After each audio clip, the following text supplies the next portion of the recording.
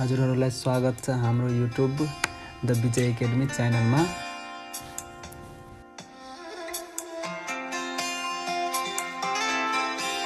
Hello everyone, ये system analysis and design का third video lecture है। इससे पहले हम लोग पढ़ चुके हैं कि सिस्टम क्या होता है, सिस्टम एनालिसिस क्या होती है, सिस्टम डिज़ाइन क्या होता है, सिस्टम के क्या कैरेक्टरिस्टिक्स होते हैं और सिस्टम के क्या एलिमेंट्स होते हैं। इस वीडियो में जो टॉपिक्स कवर करने वाले हैं हम वो ये है, what is system, types of system. ठीक है, सिस्टम क्या होता है और उसके कितने टाइप्स होते हैं। सबसे पहले बात कर लेते हैं सिस्टम क्या होता है। System is a group of element और component which work together to accomplish a common task. System क्या होता है? एक ग्रुप ऑफ एलिमेंट्स या कंपोनेंट होता है which work together to accomplish a common task, यानी कि जो एक साथ मिलकर काम करते हैं एक कॉमन टास्क को कंप्लीट करने के लिए। यहाँ पर लिखा है ग्रुप ऑफ एलिमेंट और कंपोनेंट। अब ग्रुप ऑफ एलिमेंट और कंपोनेंट का मतलब क्या होता है? मान लेते हैं कि एक सॉफ्टवेयर डेवलपमेंट कंपनी है जिसका काम होता है सॉफ्टवेयर बनाना। ठीक है, तो जब वो कोई सॉफ्टवेयर बनाती होगी तो उसे चाहिए होंगे ग्रुप ऑफ डेवलपर्स। ठीक है, ढेर सारे डेवलपर्स चाहिए होंगे। तो ये जो डेवलपर्स हैं ये छोटे छोटे कंपोनेंट्स या एलिमेंट हैं, इन्हीं को ग्रुप ऑफ एलिमेंट या कंपोनेंट कहा जा रहा है, जो कि एक साथ मिलकर काम करेंगे जिससे वो सॉफ्टवेयर या वो टास्क कंप्लीट हो सके। तो यही होता है एक सिस्टम, जहाँ पे ढेर सारे एलिमेंट्स या कंपोनेंट्स मिलकर एक साथ काम करते हैं एक कॉमन टास्क को कंप्लीट करने के लिए। अब बात कर लेते हैं टाइप्स ऑफ सिस्टम की। The system can be divided into following types. System को इतने टाइप्स में डिवाइड किया जाता है। पहला है फिजिकल और एब्स्ट्रैक्ट सिस्टम, दूसरा है ओपन और क्लोज सिस्टम, तीसरा है हमारा adaptive and non adaptive system, चौथा है परमानेंट और टेम्परेरी सिस्टम और पांचवा है नेचुरल और मैन्युफैक्चर्ड सिस्टम। अब बात कर लेते हैं सबसे पहले टाइप की, फिजिकल या abstract system. Physical system, physical system are tangible entities. Entities मतलब होता है चीज़ें, टेंजिबल मतलब होता है ऐसी चीज़ें जिसे आप टच कर सको या फील कर सको। तो फिजिकल सिस्टम ऐसी चीज़ें होती हैं जिसे आप टच कर सकते हैं, जिसे आप फील कर सकते हैं। फॉर एग्जाम्पल कंप्यूटर सिस्टम है, तो कंप्यूटर सिस्टम में सिर्फ वो लैपटॉप नहीं आता, वो डेस्क भी आती है, वो चेयर भी आती है जिस पर बैठ के आप काम कर सकते हैं। वो डेस्क जिस पर आप लैपटॉप को रखते हैं तो वो भी एक सिस्टम का हिस्सा ही है, वो भी एक कॉम्पोनेंट ही है। ठीक है, तो फिजिकल सिस्टम वही चीज़ें होती हैं जैसे डेस्क, टेबल, ये सारी चीज़ें क्या है? फिजिकल एंटिटीज़ हैं जिसे आप टच कर सकते हो, फील कर सकते हो।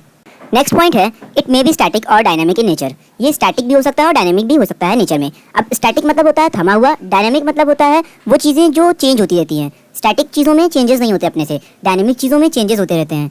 अब इसको एक एग्जांपल की तरह समझते हैं जो नेक्स्ट पॉइंट में दिया हुआ है। The physical part of the computer centre are desk and chair that facilitate operation of the computer are static. इसका मतलब ये है कि जो डेस्क और चेयर है हमारी, जिस पे रखकर हम अपने कंप्यूटर सिस्टम को यूज़ करते हैं, वो हमारा क्या है? स्टैटिक सिस्टम है, यानी कि वो चेंज नहीं होता है। ठीक है, क्योंकि देखिए है तो वो सिस्टम का हिस्सा ही। क्यों? क्योंकि ग्रुप ऑफ कंपोनेंट जो कि साथ मिलकर काम कर सके कि एक टास्क कंप्लीट हो सके। अब कंप्यूटर सिस्टम को आप कैसे चलाओगे? हवा में तो चलाओगे नहीं, किसी चीज़ पर रखोगे, आप भी कहीं पर बैठोगे तब चलाओगे ना। तो इसीलिए ये जो डेस्क और चेयर है ये क्या है? सिस्टम का एक हिस्सा है और ये स्टैटिक है। अब the computer is a dynamic machine in which programs, data and applications can change according to the users need. अब कंप्यूटर को हम डायनेमिक इसलिए कह रहे हैं क्योंकि इसके प्रोग्राम्स, इसके डेटा, इसके एप्लीकेशंस को बदलकर हम इसको अलग अलग फील्ड में, अलग अलग जगहों पर यूज कर सकते हैं, अलग अलग पर्पस के लिए। ठीक है, तो इस वजह से ये एक फिजिकल सिस्टम तो है, लेकिन किस तरह का है? डायनेमिक फिजिकल सिस्टम है। अब बात कर लेते हैं एब्स्ट्रैक्ट सिस्टम की।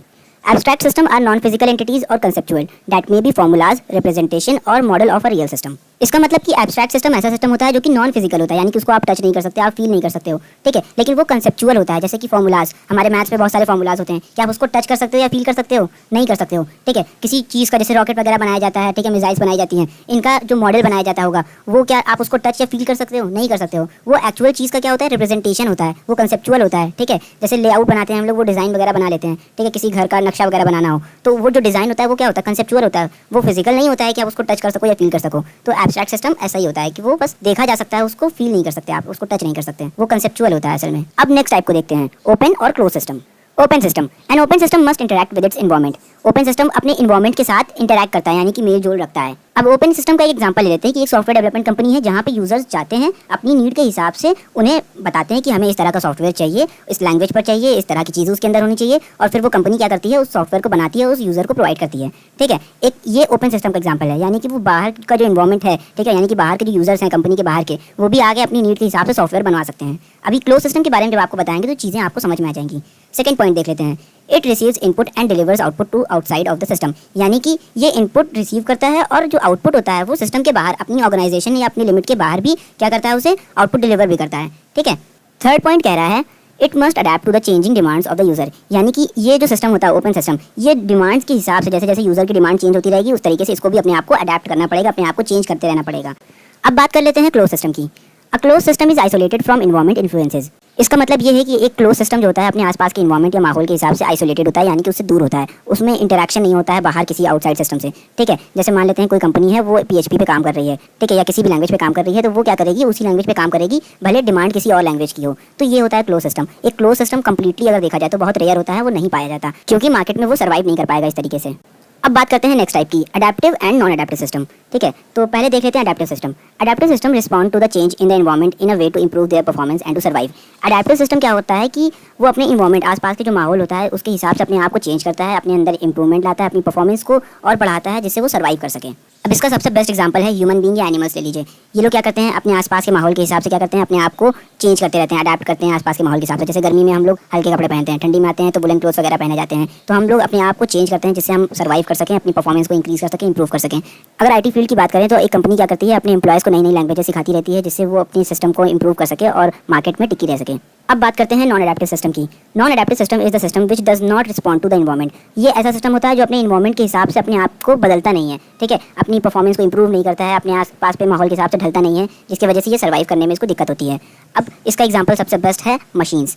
मशीन्स अपने से कुछ भी नहीं कर सकती। मशीन चाहे कंप्यूटर सिस्टम की बात कर लें तो उसमें हम लोग अपग्रेड्स करते हैं, ना कि वो खुद से अपने आप को अपग्रेड करती है। ठीक है, तो ये नॉन अडेप्टिव सिस्टम का एग्जांपल हो गया।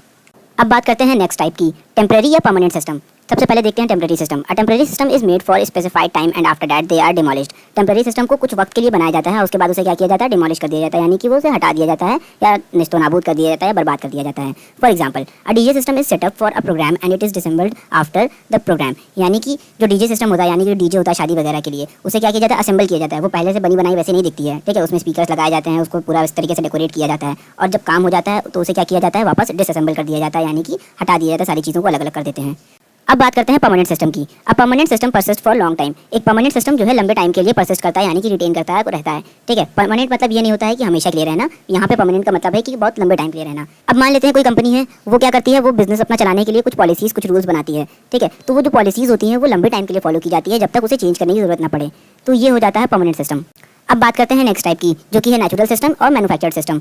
Natural system are created by the nature. Natural system nature के द्वारा क्रिएटेड होते हैं। ठीक है, नेचर ने बनाया होता है, ना कि किसी ह्यूमन बीइंग ने। नेचुरल सिस्टम का सबसे बेस्ट एग्जांपल है सोलर सिस्टम, जिसे नेचर ने बनाया है। ठीक है, जिसमें प्लैनेट्स रिवॉल्व करते हैं, दिन होती है, रात होती है, सीजन चेंज होता रहता है। ठीक है, सीजनल सिस्टम भी हमारा एक नेचुरल सिस्टम है कि कौन सा सीजन कब आना है, ये नेचर डिसाइड करती है। अब बात करते हैं मैन्युफैक्चर्ड सिस्टम की। Manufactured system is the man made system. ये ऐसा सिस्टम होता है जिसको ह्यूमन बीइंग ने क्रिएट किया होता है। ठीक है, जैसे कि रॉकेट का सिस्टम, वो किस तरीके से काम करता है वगैरह वगैरह, उसका पूरा सिस्टम किसने डिजाइन किया होता है, ह्यूमन बीइंग ने। डैम्स, ट्रेन, इन सब चीज़ों को कौन डिजाइन करता है, ह्यूमन बीइंग। तो इस वजह से ये मैन मेड सिस्टम या मैन्युफैक्चर्ड